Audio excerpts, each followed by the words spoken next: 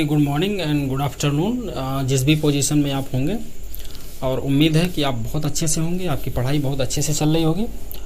तो मैं जैसा हमने आपसे कमिटमेंट किया था कि नेक्स्ट वीडियो लेकर के आऊँगा जो नए सिलेबस पर डिपेंड होगा, तो निश्चित तौर पर जो मैं लेकर के आया हूँ वो आपका नए सिलेबस के पैटर्न पर ही है, जो अभी यूपी उत्तर प्रदेश जो है माध्यमिक शिक्षा परिषद ने जो प्रेस्क्राइब किया है तो वही है। और ये केवल मैं आपको बता दूं डियर स्टूडेंट्स, आप हमसे जुड़े हुए हैं तो इसमें हमारी जिम्मेदारी बनती है, हमारी नैतिक जिम्मेदारी बनती है कि हम आपको बताएं।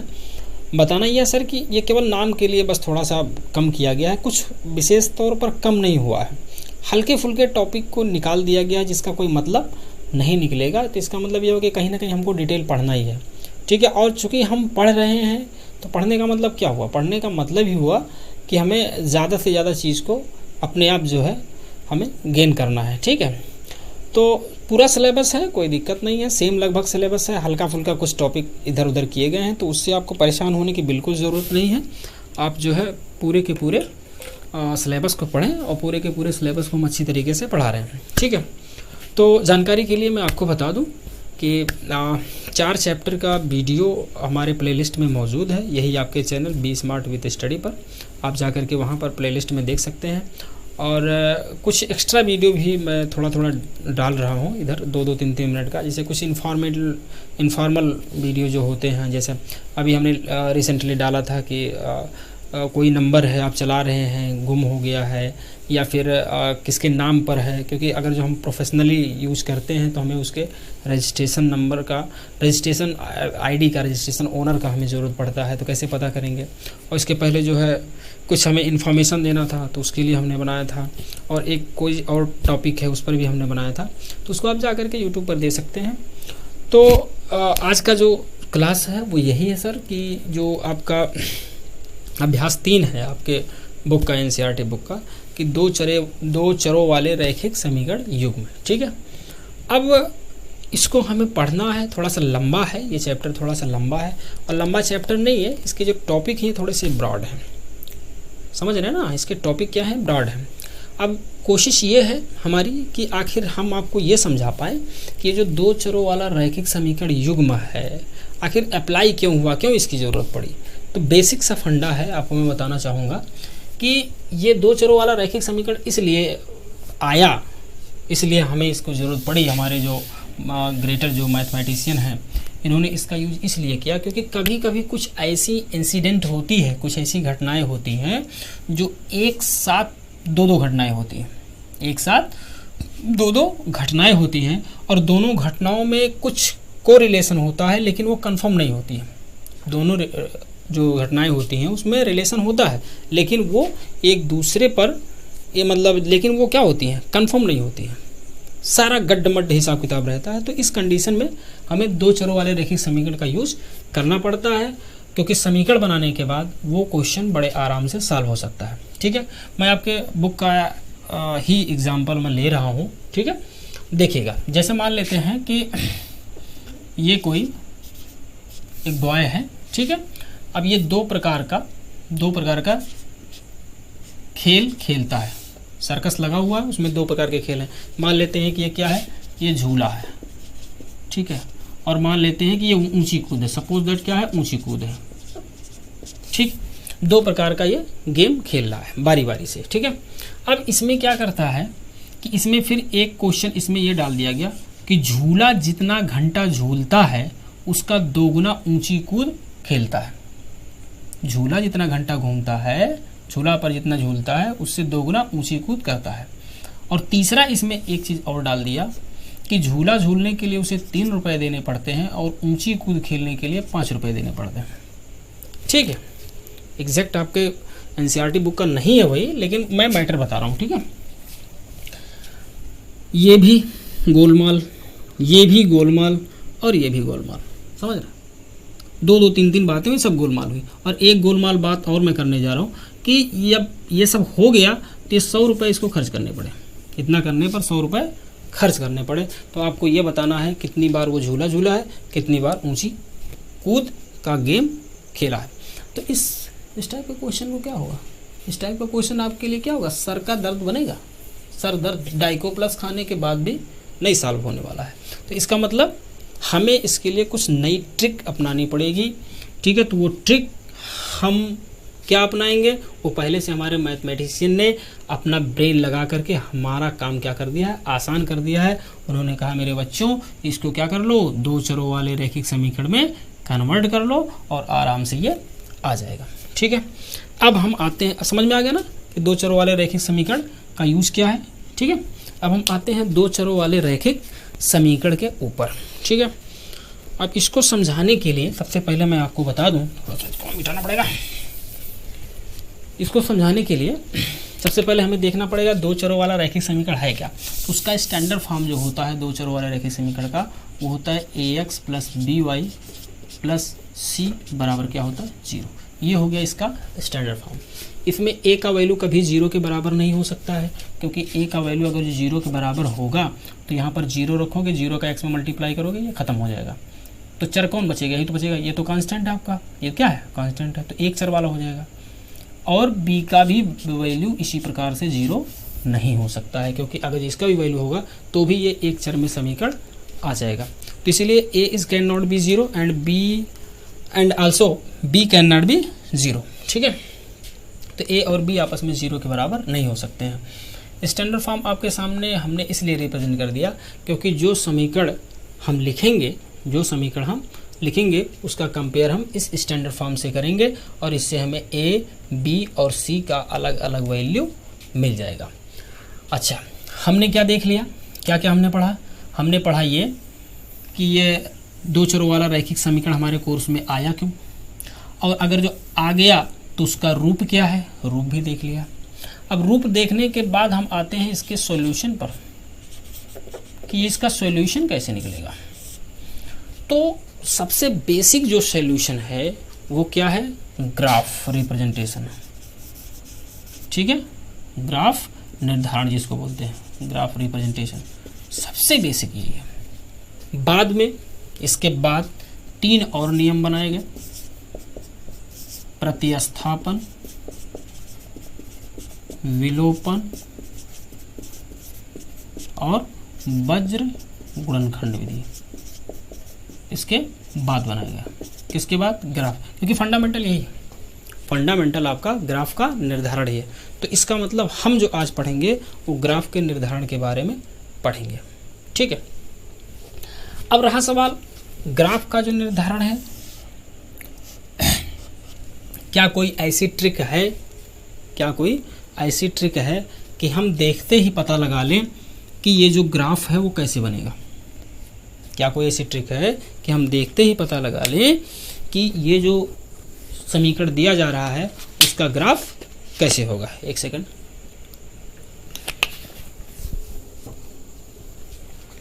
इसको समझने के पहले हमें लाइन के बारे में समझना होगा। ये जो समीकरण है ना, समीकरण का मतलब ग्राफ की अगर जो भाषा में कहें तो अगर जो दो चरों वाला दो रैखिक समीकरण मिलता है, ठीक है। मान लेते हैं कि एक समीकरण आपको दिया गया है, ये x प्लस 3y बराबर 6 और 2x माइनस 3y बराबर कितना है 12।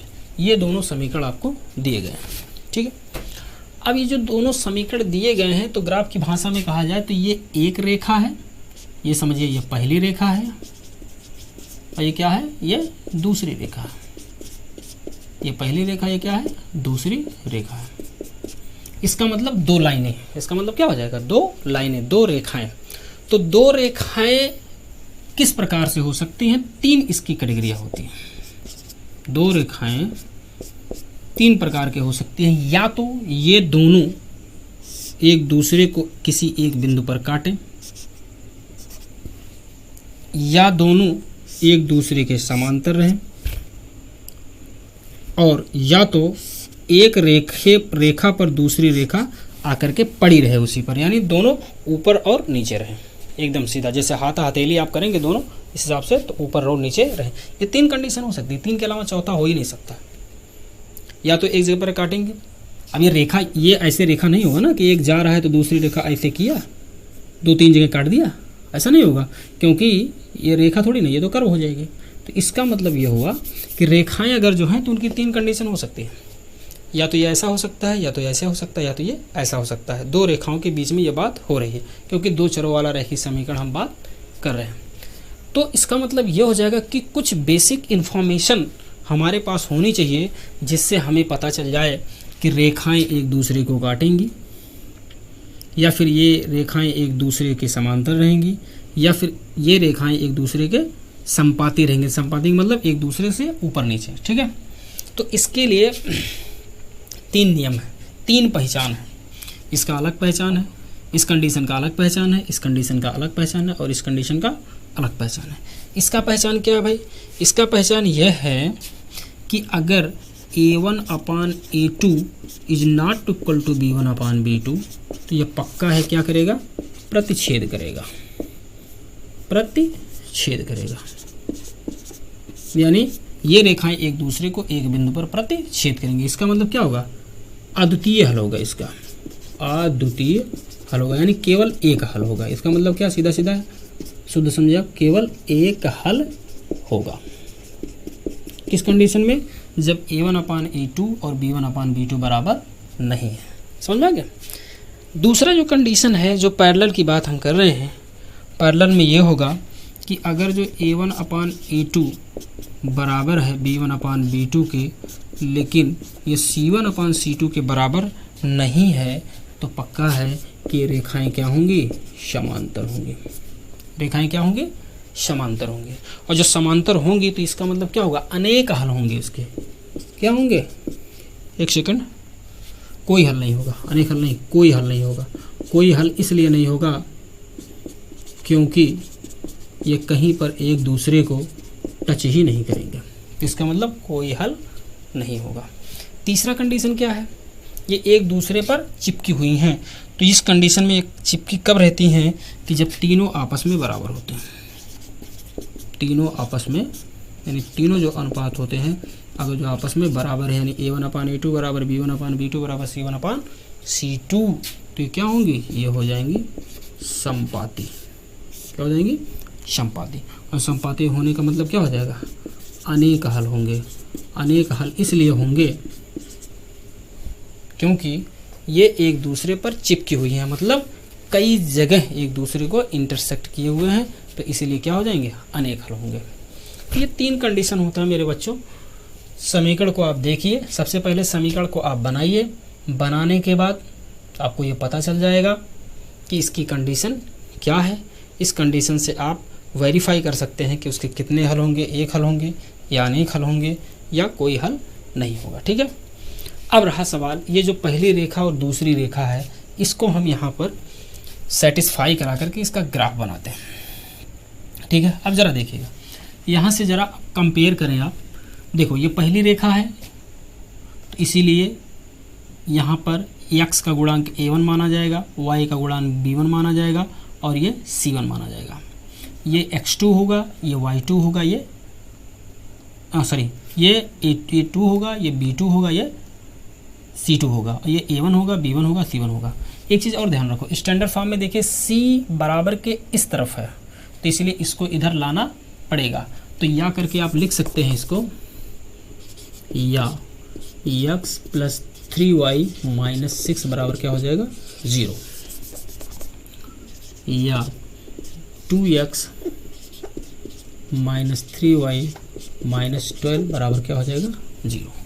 ये समीकरण आपका स्टैंडर्ड फॉर्म से अब कंपेयर करने लायक हो गया। यहाँ से ज़रा देखिए, कंपेयर करिएगा। x का गुणांक ये क्या होता है? ax + by + c के फॉर्म में है, ये भी ax + by + c के फॉर्म में है। ठीक है। अब देखिए मैं क्या करता हूँ, x का गुणांक यहाँ पर है 1, तो इसका मतलब a1 बराबर क्या हो गया? 1, b1 बराबर क्या हो जाएगा? 3 और c1 बराबर हो जाएगा -6। यहाँ पर a2 बराबर क्या हो जाएगा? 2, b2 बराबर क्या हो जाएगा? -3 और c2 बराबर हो जाएगा -12।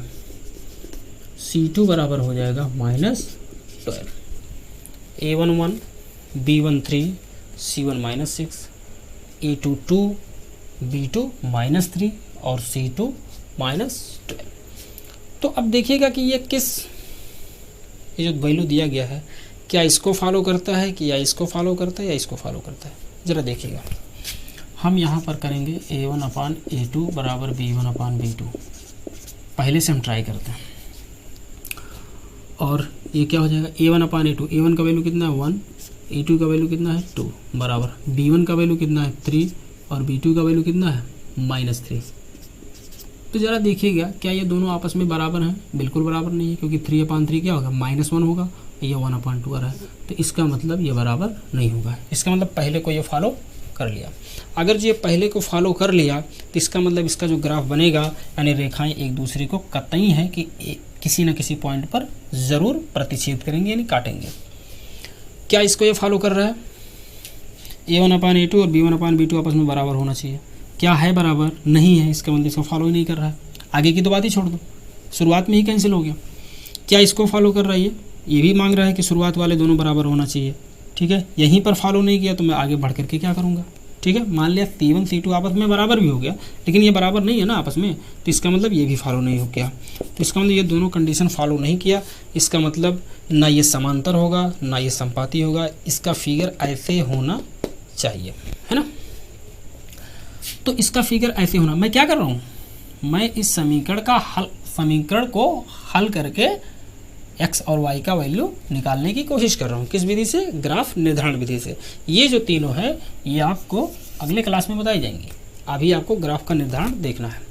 तो अब हम क्या करेंगे, ये हमें पक्का हो गया कि हमारा जो लाइन होगा वो एक दूसरे को इंटरसेक्ट करेगा। अब हम ग्राफ से इसको हम प्रूव करने की कोशिश करते हैं। तो इसको आप नोट कर लें, नोट करने के बाद मैं इसका ग्राफ बनाता हूँ। अब देखिए बच्चों, इसका ग्राफ कैसे बनेगा, मैंने सब मिटा दिया है। ग्राफ हमारा क्या बनना चाहिए, एक बिंदु पर काटना चाहिए, ये आपको ध्यान में रखना है, ठीक है। अब इस समीकरण को बारी बारी से मैं यहाँ पर लिखता हूँ। देखिए कैसे मैं कर रहा हूँ, x + 3y - 6 बराबर 0 है, ये आपका पहला समीकरण है। और दूसरा कौन है भाई, 2x - 3y - 12 बराबर क्या है 0 है, ये दूसरा समीकरण। ये दोनों समीकरण हो गए। ये तो मैंने कंपेयर किया था उसके पोजीशन जानने के लिए कि उसका रिप्रेजेंटेशन कैसा होगा। तो इसको मैं चाहूँ तो इसको हम हटा सकता हूँ, क्योंकि अब इसकी हमें ज़रूरत नहीं है बेसिकली। देखिएगा मैं इसको थोड़ा सा रफ कर दे रहा हूँ, इसकी हमें ज़रूरत नहीं है। बस कंडीशन जो हमने चेक किया उस कंडीशन में यही दिया था कि हमारा फिगर इस हिसाब से बनना चाहिए, क्रॉस ऐसे, यानी कहीं ना कहीं एक दूसरे को इंटरसेक्ट करना चाहिए। अब देखिएगा, अब यहाँ से हमें क्या करना पड़ेगा, ग्राफ पर प्रेजेंट करने के लिए हमें पॉइंट की ज़रूरत पड़ती है, पॉइंट की ज़रूरत पड़ती है, निर्देशांक की ज़रूरत पड़ती है। और वो निर्देशांक हम यहाँ से निकालेंगे। कैसे निकालेंगे देखिएगा आप ऐसे। पहले हम उठाते हैं समीकरण नंबर फर्स्ट को। क्या भाई, x + 3y - 6 बराबर 0, क्या हो जाएगा x + 3y, ये -6 से ट्रांसफर क्या हो जाएगा +6, x बराबर क्या हो जाएगा 6 - 3y, ये मिल गया। यानी एक का वैल्यू दूसरे के संबंध में निकालते हैं, ठीक है। अब इसका हम बनाएंगे ग्राफ। कैसे बनेगा देखिएगा, ये हो गया ग्राफ आपका, लगभग 4-5 वैल्यू 6 वैल्यू लेंगे हम, x और y यहाँ पर हमने कर लिया। अब ज़रा देखिएगा कैसे कैसे हम काम करते हैं। यहाँ y का वैल्यू रख दो 0, कुछ भी रख सकते हैं, छोटा छोटा वैल्यू रखेंगे ज़्यादा सही रहेगा। y का वैल्यू हमने क्या रख दिया 0, तो 3 का 0 में गुणा करेंगे क्या हो जाएगा 0 हो जाएगा, तो 6 में से 0 जाएगा 6, यानी x का वैल्यू ऑटोमेटिक 6 आ जाएगा। चलो y का वैल्यू हमने 1 रख दिया, 1 रखेंगे तो 3 करने में 3, 6 में से 3 जाएगा 3 हो जाएगा। y का वैल्यू 2 रख दिया, जब 2 रखेंगे 2 3 6, 6 में से 6 जाएगा 0 हो जाएगा। फिर अब की बार -1 रख लो, चलो माइनस की तरफ भी चलते हैं। माइनस की तरफ रखेंगे तो इस -3 का जब y इसमें क्या गुणा हुआ है तो -3 का -1 में गुणा होगा तो माइनस प्लस 3 करने में 3, 6 3 9 हो जाएगा, ठीक है। -2 रखोगे, -2 रखोगे तो 3 दूना 6, यानी +6 और 6 कितना हो जाएगा देखो ना, 6 - 3 और गुणे -2, तो ये 6 माइनस प्लस 3 दूना 6, 6 से कितना हो जाएगा 12, तो इसका ऑटोमेटिक वैल्यू कितना आ जाएगा 12। अब -3 करोगे तो बहुत लंबा चला जाएगा, ठीक है, तो थोड़ा सा प्लस में ले लो, है ना। प्लस में लेने का मतलब 3 ले लो आप, 3 लेने का मतलब 3 त्रिक का 9, 3 त्रिक कितना होगा 9, 6 में से 9 जाएगा -3। 4 ले लो आप, जब 4 ले लेंगे तो 4 3 12, 4 3 कितना हो जाएगा 12 हो जाएगा, और 6 में से 12 जाएगा -6। बस इतना ही रहने दो, बहुत ज़्यादा हो गया, ठीक है। 4 3 12, 6 में से 12 जाएगा -6 हो जाएगा। ठीक है। ये क्या हो गया, ये पहले समीकरण के लिए, यानी पहले समीकरण के लिए ये बिंदु हो गए। बिंदु इसलिए क्योंकि ये समीकरण का मतलब क्या होता है, एक प्रकार की रेखा ही है, तो उस रेखा को प्रेजेंट करने के लिए हमें बिंदु की ज़रूरत पड़ती है। अब हम ले लेते हैं ये वाला दूसरा समीकरण। दूसरा समीकरण हमारा क्या कहता है, दूसरा समीकरण है 2x - 3y - 12 = 0। तो 2x बराबर क्या हो जाएगा, ये -12 उधर जाएगा तो क्या हो गया +12, -12 जब उधर जाएगा तो क्या हो जाएगा +12, और उसके बाद ये जो -3y है उधर जाएगा क्या हो जाएगा +3y, और x बराबर हो जाएगा 12 + 3y अपान क्या हो जाएगा 2। ये किसका वैल्यू है, इसका वैल्यू है, यानी y का वैल्यू जैसे जैसे रखेंगे x का वैल्यू ऑटोमेटिक चेंज होता जाएगा। तो इसका मैं ग्राफ, इसका मैं इस हिसाब से सारणी है यहाँ बना लेता हूँ, शायद आपको दिख रहा होगा, और इसमें भी लगभग 5-6 वैल्यू हम लेंगे। ये x कर दिया, ये हमने क्या कर दिया y। देखिएगा मैं क्या करता हूँ, छोटा छोटा वैल्यू मान लेंगे सही रहेगा। हमने क्या किया, y का वैल्यू ले लिया हमने 0, y का वैल्यू क्या ले लिया हमने 0 ले लिया। 3 में 0 का गुणा करेंगे 0 हो जाएगा, 12/2 यानी हो जाएगा सीधा 6। y का वैल्यू क्या ले लिया हमने -1 ले लिया। -1 लेने का मतलब क्या होगा, चलो +1 ले लो पहले। y का वैल्यू +1 ले लिया, तो 3 करने में 3 और 12 3 कितना हो जाएगा 15। 15 में 2 का भाग देंगे कितना होगा 7.5। चलो 0 ले लिया, 1 ले लिया, 2 ले लो, छोटा छोटा वैल्यू लो, 2 3 6, तो 12 6 18, 18 में 2 का भाग देंगे कितना हो जाएगा 9। फिर आप ले लो -1 ले लो, -1 लोगे तो 3 करने में 3 यानी -3 हो जाएगा, और 12 में से 3 जाएगा 9, 2 का भाग देंगे कितना हो जाएगा 9/2। ठीक है। -2 ले लो, -2 लेने का मतलब 3 दूना 6 यानी -6, 12 में से 6 जाएगा 6, और 2 का भाग देंगे 3 हो जाएगा सीधा, कितना लेने पर -2 लेने पर। ठीक है। उसके बाद 3 ले लो आप, जब 3 ले लेंगे तो कितना हो जाएगा 3 3 का 9, और 12 9 कितना हो जाएगा 21, 21 में 2 मतलब 10.5 हो जाएगा, यानी 10/2 हो जाएगा। तो इस हिसाब से जैसा पॉजिटिव वैल्यू लेते जा रहे हैं वैसे उसका वैल्यू क्या होता है बढ़ता जा रहा है। नेगेटिव लेंगे तो थोड़ा सा छोटा होगा। ठीक है। चलो -3 ले लो, -3 ले लेंगे तो 3 3 का 9, 3 3 का कितना होगा 9 हो जाएगा, यानी -9, 12 में से 9 जाएगा कितना हो जाएगा 3, यानी 3/2। बात समझ रही। तो इस हिसाब से आपका काम होता जाएगा। थोड़ा सा मैं -1 वाला चेक कर लूँ एक बार। -1 रखेंगे 3 -3, 3 करने में 3, 12 में से 3 जाएगा 9। ठीक है। अब ये वैल्यू आपके आ चुके हैं। ठीक है। अब यहाँ पर हम क्या करेंगे, इसका हम ग्राफ बनाएंगे। इसके वैल्यू से देखो कंफर्म हो रहा है, सारा का सारा वैल्यू आपने पुटअप किया। यहाँ 0 मिला तो यहाँ 6 मिला, यहाँ 0 मिला यहाँ 6 मिला। ठीक है। यहाँ 1 मिला तो 7.5, यहाँ 1 मिला 3, टैली नहीं। यहाँ 2 मिला है 0, यहाँ 2 मिला है 9, यहाँ -1, यहाँ 9, यहाँ 9/2। ठीक है। तो यहाँ -2 है, 3 मिला, यहाँ -2 है 12 मिला है, यहाँ 3 मिला है 10/2, और ये क्या हो जाएगा इतना। तो ये टैली आपकी नहीं कर रही है, सारी ही टैली नहीं कर रही है। एक बिंदु ऐसा दिख रहा है जहाँ पर ये टैली कर रही है, वो भी कौन है 0 6 और 0 6। देख रहा है, x का वैल्यू 6, y का वैल्यू 0, y का वैल्यू 0, x का वैल्यू 6। तो एक जगह पर ये टच करेगी, वो ऐसा जैसा हमने फिगर में बताया है। चलिए अब इसका हम क्या बनाते हैं, ग्राफ बनाते हैं। गजब का ग्राफ बनेगा। एक सेकंड, गलत हो गया, ग्राफ में दोनों एक्सिस दिखानी पड़ेंगी ना हमको। दिख रहा होगा आपको, ये यहाँ पर मैं कर लेता हूँ, ऐसा हमने कर दिया और ऐसा हमने कर दिया। कुछ सेम डिस्टेंस को हम ब्लॉक में डिवाइड कर देंगे। डिस्टेंस सेम होना चाहिए ताकि फिगर आपका अच्छा बने, अदरवाइज गड़बड़ बनेगा।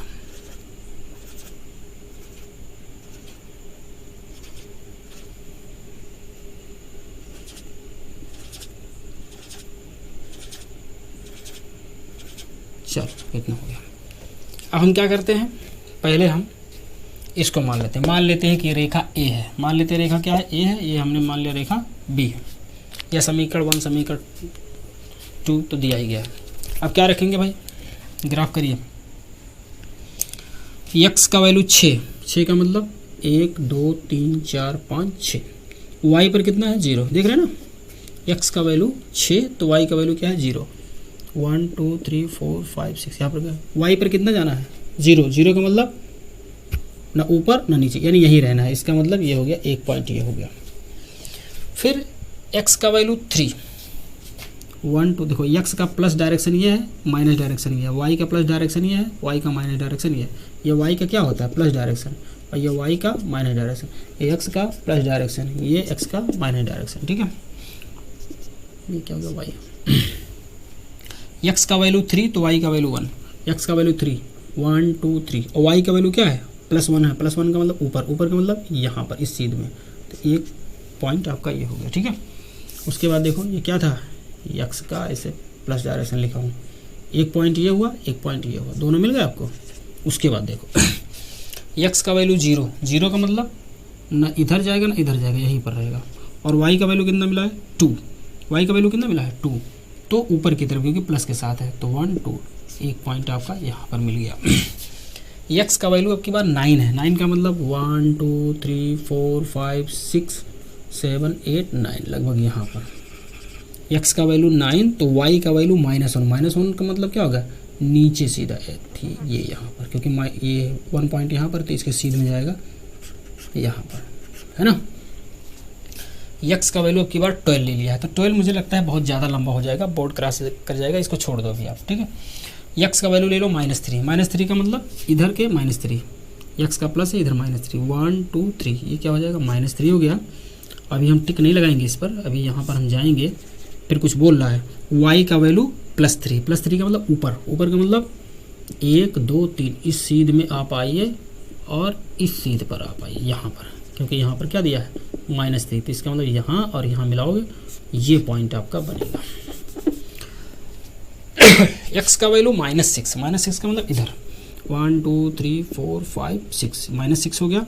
और y का वैल्यू +4, +4 का मतलब ऊपर, ऊपर का मतलब ये हो जाएगा, देखो इसी सीध में आपको जाना है 4 की तरफ, 1 2 3 4, 4 का मतलब ये यहाँ आएगा ऐसे, तो यहाँ पर आएगा और यहाँ पर ये कट जाएगा, इसका मतलब ये क्या हो गया ये पॉइंट हो गया। अब ज़रा आप देखो, आपको ये अच्छी तरीके से दिख रहा होगा कि रेखा इस एक सीध में है जो एक दूसरे को मिलाती हुई सीधी रेखा ये ऐसे गई हुई है। ये क्या है एक सीधी रेखा आपको मिल गई, किसका मिल गया ये आपका लाइन ए का हो गया, ठीक है, मतलब इसका हो गया पहले समीकरण का। बी वाले पर चलिए। बी वाले में x कितना है 6, 6 का मतलब 1 2 3 4 5 6। y पर कितना है 0, y पर 0 होने का मतलब ना ऊपर जाएगा ना नीचे जाएगा, इसका मतलब इसका भी पॉइंट 1 बन गया ये, ठीक है। x का वैल्यू कितना है 7.5, 7.5 का मतलब 1 2 3 4 5, 1 2 3 4 5 6 7, ये हो गया 8, इसका मतलब यहाँ 7.5।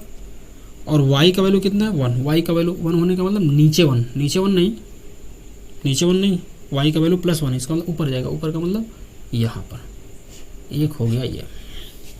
फिर x का वैल्यू 9, लंबा ज़्यादा हो जाएगा, इसको छोड़ दीजिए, 9 का मतलब ज़्यादा क्रॉस हो जाएगा, नहीं है तो 9 तक, ठीक है।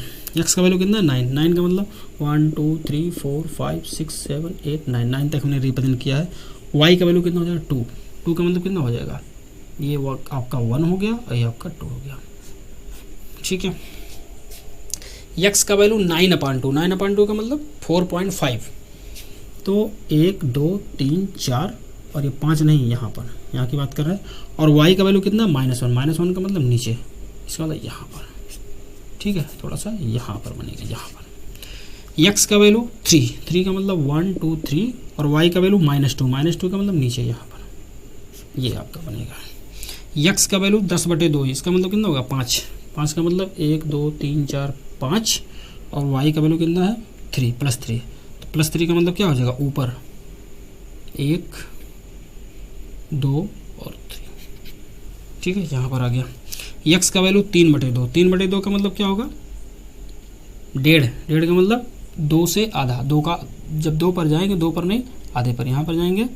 और y का वैल्यू कितना है -3, -3 का मतलब नीचे 1 2 और 14 यहाँ पर। ठीक है, एक काम करते हैं, ये वाला थोड़ा सा कन्फ्यूज हमें कर रहा है, ये वाला वैल्यू देखिएगा, इसको चेक कर लेते हैं हम, जो यहाँ पर आया है एक्स वाई का वैल्यू रखा है हमने 3। जब वाई का वैल्यू हम 3 रखेंगे तो 3 3 जा कितना हो जाएगा 9, और 12 और 9 कितना हो जाएगा 21। 21 में जब 2 का भाग देंगे कितना हो जाएगा 10.5 होगा ना, कितना होगा 10.5, और ये कितना है गलत लिखा हुआ भाई, 10.5 का मतलब 21/2 होता है। तो वही मैं कह रहा हूँ कहाँ थोड़ा गड़बड़ हो रहा है। तो फिलहाल x का वैल्यू ले लो 10.5, 10.5 का मतलब बहुत ज़्यादा चला जाएगा, कोई मतलब नहीं निकलेगा, यहाँ पर हो जाएगा 10.5 हो जाएगा। चलो 10.5 का मतलब देखो ये 10 और ये 11, तो ये हो जाएगा 10.5, ले लेता हूँ 10.5, और y का वैल्यू 3 का मतलब +3 है ना, +3, तो +3 का मतलब क्या हो जाएगा ऊपर का मतलब ये लगभग यहाँ पर। ठीक है, ऐसे होगा। और ज़रा आप इसको देखेंगे और मिलाएंगे तो मेरे हिसाब से ये लाइन ऐसे थोड़ा सा फिगर अल्टरनेट दिख रहा है, लेकिन ऐसा होगा नहीं, सीधा आएगा। ठीक है, तो यहाँ पर ये लाइनें क्या है, एक दूसरे को कहाँ, एक बिंदु पर, यहाँ जो बिंदु है ना इसी को इन्होंने क्या किया है, इंटरसेक्ट किया है। ये लाइनें एक दूसरे को उसी एक बिंदु पर इंटरसेक्ट की हुई हैं। ठीक है, तो यही इसका क्या हो जाएगा, सॉल्यूशन हो जाएगा। और ये कौन सा पॉइंट है, ये कौन सा पॉइंट है, देखो जरा कौन सा पॉइंट है। एक्स के दिशा में है 1 2 3 4 5 6, यानी एक्स पर हमने 6 कदम चले हैं, और वाई पर, वाई का मतलब क्या हुआ, ऊपर या नीचे कहीं नहीं चले हैं, तो वाई बराबर क्या हो जाएगा 0। इसका मतलब इस समीकरण का जो हल होगा x बराबर 6 और y बराबर 0 होगा। और जो मैंने आपको बताया था कि ये दोनों लाइनें एक बिंदु पर, एक जगह पर क्या करेंगे, प्रतिच्छेद करेंगे। तो इसी तरह से ये पूरा का पूरा आपका प्रूव हो जाता है कि अगर जो a1/a2 not equal to b1/b2 है तो उसका सॉल्यूशन इस प्रकार से निकल सकता है। तो आप इसको आप नोट कर लें, फिर आपसे कुछ बातें करता हूँ, उसके बाद फिर कल क्लास इसका मैं दोबारा लेता हूँ नए टॉपिक के साथ। तो दोस्तों उम्मीद है क्लास बहुत अच्छा लगा होगा। देखिए थोड़ा सा बोरिंग आपको ऐसा होगा कि लग रहा होगा, लेकिन बहुत इम्पोर्टेंट चीज़ है, बहुत कॉन्सेप्चुअल चीज़ें हैं। ये चीज़ें अगर जो आपको आ गई ना तो ये समझिए कि आप हीरो बन जाते हैं, हीरो। ठीक है, क्योंकि और बच्चे ये सब कहानी नहीं पढ़ते। थोड़ा सा आप स्पेशल पढ़ने की कोशिश करिए। और बाकी जो प्रतिस्थापन, विलोपन और गुणनखंड विधि है वो तो हम लोग बचपन से ही पढ़ते आते हैं। बज गुणनखंड वाला थोड़ा सा प्रॉब्लम करता है, लेकिन यह है कि ये थोड़ा सा ज़्यादा प्रॉब्लम करता है। ठीक है, लेकिन यह है कि ये समझिए कि फुल ऑपरेशन है। ठीक है, तो thank you very very much. और आपने हमको देखा, आपने हमको सुना, बहुत अच्छा लगा। और आपके इन्फॉर्मेशन के लिए यही मैं बताना चाहता हूँ कि आप अगर जो सोशल मीडिया से जुड़े हुए हैं, वैसे अगर जो हाई स्कूल के आप बच्चे हैं तो आपको ज़रूरत नहीं है कि आप हमें जो है फेसबुक के पेज पर फॉलो करें, क्योंकि आपकी जानकारी के लिए जो आप जितना आप समझ सकते हैं, जितना आपको जानकारी होनी चाहिए, वो सारी की सारी वीडियो मैं आपके यूट्यूब पर ही अपलोड कर देता हूँ। तो आप फेसबुक पर कोई फॉलो करने की हमें ज़रूरत नहीं है। जो चीज़ें होती है मैं यूट्यूब पर डाल देता हूँ, उसमें कोई दिक्कत नहीं है। बाकी और जो व्यूवर्स हैं, जो मान लेते हैं गार्जियंस के रूप में हमसे जुड़े हुए हैं, या और किसी टेक्निकल लाइन या फिर कंटेंट्स या फिर और चीज़ों से रिलेटेड अगर जो हमें जुड़े हुए हैं, तो हमें जो है फेसबुक पर फॉलो कर सकते हैं। हमारे पेज को ज़रूर आप फॉलो करें, पेज पर बहुत सारी चीज़ें मिलेंगी। तो ठीक है दोस्तों, हमको जो है ये क्लास विराम करना पड़ेगा, क्योंकि हम पार्ट 2 बहुत जल्द लेकर के आएंगे। तब तक आप अपना ख्याल रखें। ये इतनी गर्मी होती है ना, ये चश्मा जो है थोड़ा सा पसीना पसीना हो जाता है। तो कल मैं क्लास लेकर के आता हूँ बच्चों, फिर बहुत अच्छा क्लास रहेगा और उसमें थोड़ा सा हम डीप और जाने की कोशिश करेंगे। उम्मीद है कि कल में टॉपिक ले लेंगे, आपके क्वेश्चन का टॉपिक ले लेंगे, फिर उसी पर काम करेंगे। तो आप चैनल को सब्सक्राइब कर रखें और अपने दोस्तों में, अपने फ्रेंड सर्कल में ज़रूर इसे शेयर करें। ये बहुत गजब का कंटेंट मैं दे रहा हूँ आपको, इससे बढ़िया कंटेंट आपको यूट्यूब पर मिलता नहीं है और ना ही मिलेगा, क्योंकि एडिशनल बुक भी इसमें डाली गई है। तो आप इसको शेयर ज़रूर करें, ठीक है, और लोगों को बताएं कि जो है कहीं ना कहीं यूपी बोर्ड के लिए तो बहुत बेस्ट है, कोई दिक्कत नहीं है। बाकी सीबीएसई के बच्चे भी इस पर पढ़ सकते हैं, ठीक है। तो आप जो है ज़रूर प्रैक्टिस करें, घर पर मेहनत करें, पढ़ाई करें आराम से, और बोर्ड में अच्छा नंबर लाने की कोशिश करें, ठीक है। और बोर्ड तो वो तो एक दिन का बोर्ड है, आप अपने नॉलेज को इम्प्रूव करें। तो तब तक के लिए take care and God bless you and जय हिंद।